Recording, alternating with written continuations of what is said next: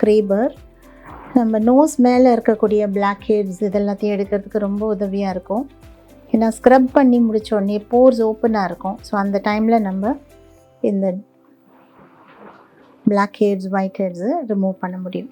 White heads அவ்வளோ வராது, ஆனால் பிளாக் ஹெட்ஸ் வந்து ஓப்பனிங் இருக்கிறதுனால நல்லாவே வந்துடும். ஸோ இதில் பார்க்கும்போது தெரியுது அன்வான்ட் அங்கே செல்ஸ் எல்லாம் அந்த இடத்துல ப்ராலிஃபரேட் ஆகிருக்கும். ஸோ அதையும் இது மூலமாக எடுத்துடலாம். ஸோ ஜஸ்ட் ஒரு 2 minutes செய்யலாம்.